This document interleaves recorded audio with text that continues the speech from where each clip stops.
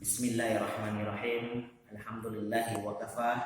Wassalatu ala Mustafa amma ba'd.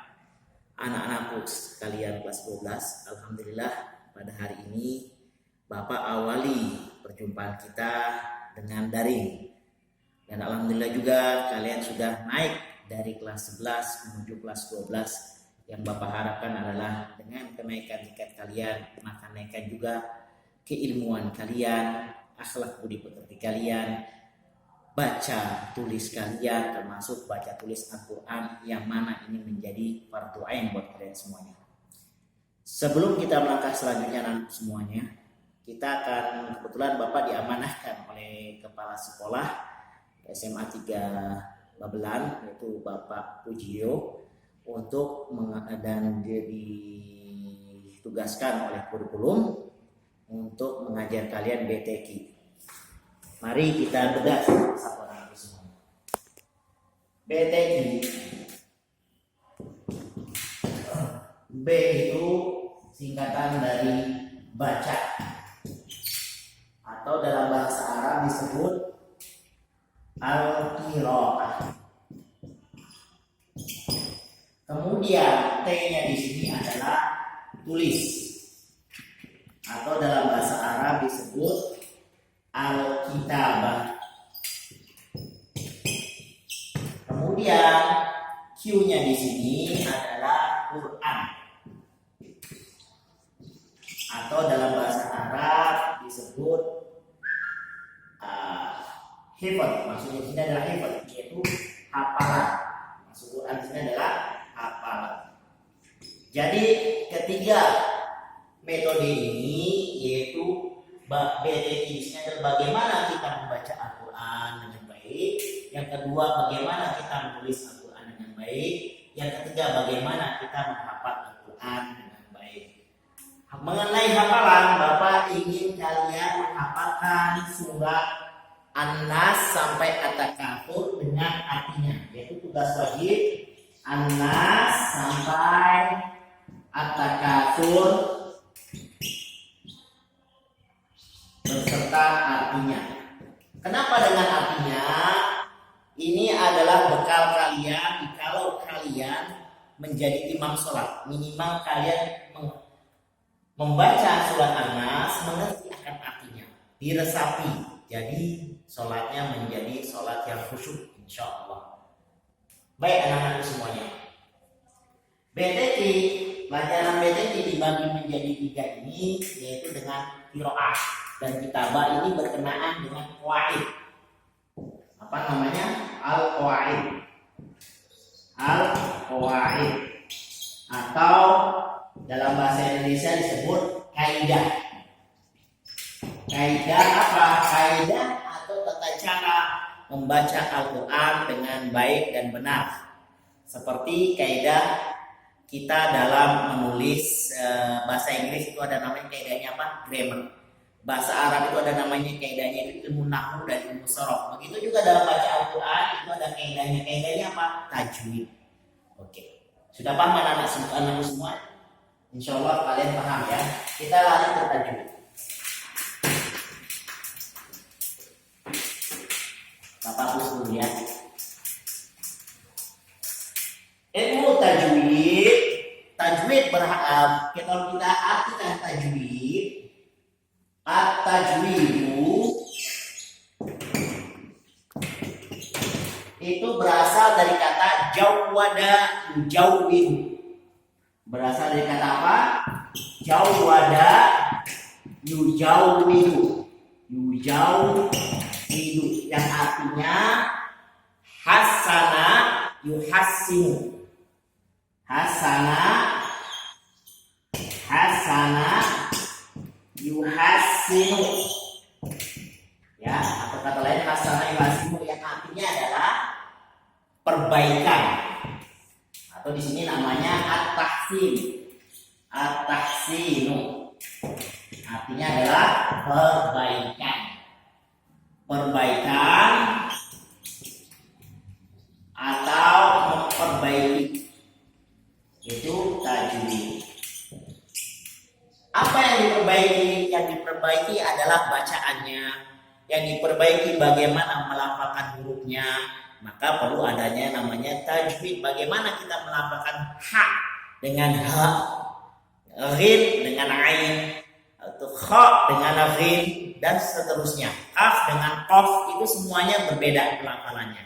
Maka dari itu ditekankan di sini di ilmu tajwid adalah namanya makharijul huruf, ilmu makharijul huruf, yaitu seni membunyikan huruf.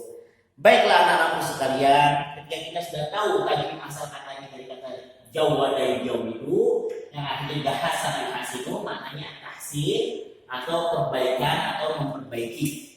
Jadi kalau ada seseorang di antara kalian Hasan, ada guru kelas kita namanya Hasan. Hasan itu artinya baik.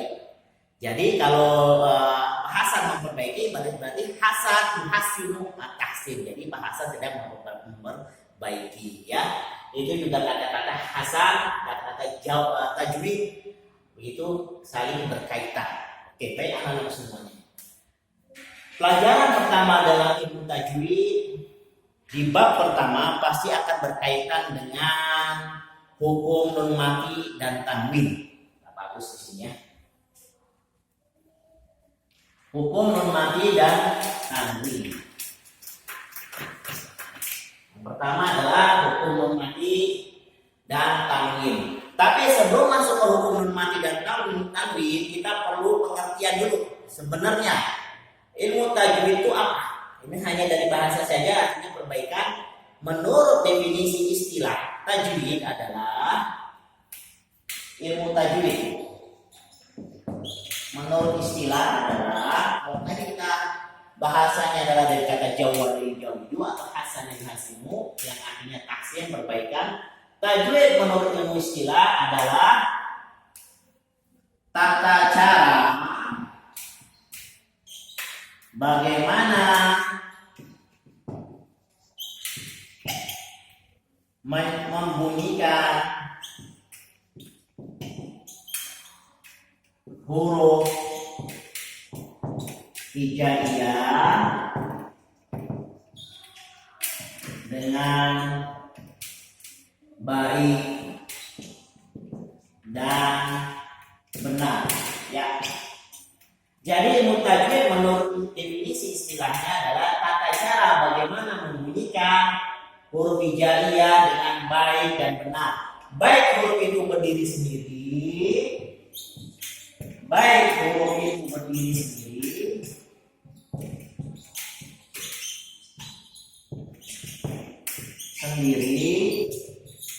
maupun dalam rangkaian kalimat. Jadi tajwid adalah tata cara bagaimana membunyikan huruf hijaiyah dengan baik dan benar. Baik huruf itu berdiri sendiri, maksudnya adalah membunyikan huruf ha, kha, ain, ghin, qaf, kaf, itu namanya berdiri sendiri. Maupun dalam rangkaian kalimat. Contohnya adalah ihdinas siratal mustaqim, iyyaka na'budu wa iyyaka nasta'in. Itu dalam rangkaian kalimat. Baik. Kemudian setelah ilmu tajwid kita mengerti, lalu fungsi dari ilmu tajwid itu apa? Fungsi ilmu tajwid adalah menjaga lisan kita dari kesalahan membaca. Menjaga lisan kita dari kesalahan membaca. Membaca apa yang dimaksudnya adalah membaca Al-Quran. Contohnya apa? Contohnya adalah di kalimat alhamdu. Alhamdu tidak boleh dibaca menjadi alhamdu dan sebagainya. Seperti kalimat ihdinas tidak boleh dibaca menjadi ihdinas atau sebaliknya. Karena kenapa? Ketika melafalkan kalimat dengan kesalahan membaca hurufnya saja, itu akan beralih kepada berartinya. Contohnya kalimat biasanya orang Jawa bilang ngalamin, yaitu ihdinas siratal mustaqim siratal ladzina an'amta 'alaihim ghairil maghdubi 'alaihim waladdallin. Amin. Jadi tidak membaca seperti ghairil an'amta 'alaihim alhamdulillahirabbil alamin arrahmanir rahim maliki yaumiddin iyyaka na'budu wa iyyaka nasta'in ihdinas siratal mustaqim siratal ladzina an'amta 'alaihim. Jadi seorang dia seperti bilang nganamta, harusnya an'amta. Ini ihdinas siratal dia dibaca menjadi ihdinas. Itu tidak boleh karena artinya beda sekali. Baik anak-anak sekalian, kita bicara masalah fungsi menjaga lisan kita dari kesalahan membaca. Kemudian hukum ilmu tajwid. Hukum ilmu tajwid. Kita bicara masalah hukumnya dulu sebelum kita beralih ke hukum normatif. Hukum ilmu tajwid itu dibagi menjadi dua anak-anakku semua. Yang pertama adalah hukumnya bersifat fardu. Fardu apa? Fardu ain. Yang kedua adalah fardu kifayah. Mungkin anak-anakku pengen tahu apa sih artinya fardu ain dan fardu kifayah. Fardu ain adalah fardu apabila kewajibannya dikenakan per individu. Contohnya apa? Yaitu contohnya adalah sholat fardu 5 waktu itu tidak bisa diwakilkan. Lalu apa fardu yang bisa diwakilkan? Itu namanya fardu kifayah. Karena apa? Kata-kata ain dalam bahasa Arab adalah beralih kepada individual. Ya. Kemudian kata kifayah berasal dari kata kafa yakfi. Kafa yakfi. Kafa yakfi yang artinya cukup. Cukup apa? Cukup satu orang mengerjakan, maka yang lain adalah gugur, tidak diwajibkan mengerjakannya. Namanya fardu yang bisa diwakilkan. Itu adalah bisa diwakilkan. Yang ini karena dia individual, fardu ain maka tidak diwakilkan. Oke, sudah paham anak-anak semuanya? Kapan hukum ilmu tajwid fardu ain dan kapan dia menjadi fardu kifayah? Fardu ain terjadi adalah hukumnya fardu ain kapan? Ketika mempraktekannya. Jadi ketika ilmu tajwid ini dipraktekkan dalam bacaan Al-Quran, menerapkan di sini maksudnya adalah menerapkan kaidah ilmu tajwid dalam bacaan Al-Quran. Contohnya di kalimat alhamdu itu kan alif lam qamariyah, kita akan belajar nanti. Harus dibaca lamnya jelas, tidak boleh dibaca menjadi ahamdu, tidak boleh. Nanti jatuhnya asam sia. Begitu juga dengan idgham bi gunnah. Contohnya contohnya maliki yaumiddin. Jadi tulisannya ada malikin. Jadi karena ada fathah kasrotain di bawah, kemudian disambungkan kepada ya. Karena diidghamkan, kita akan belajar. Itu mempraktekannya dalam bacaan Al-Quran, ini adalah fardu ain. Ya, kapan dia menjadi fardu kifayah? Diwakilkan ketika dia mempelajarinya.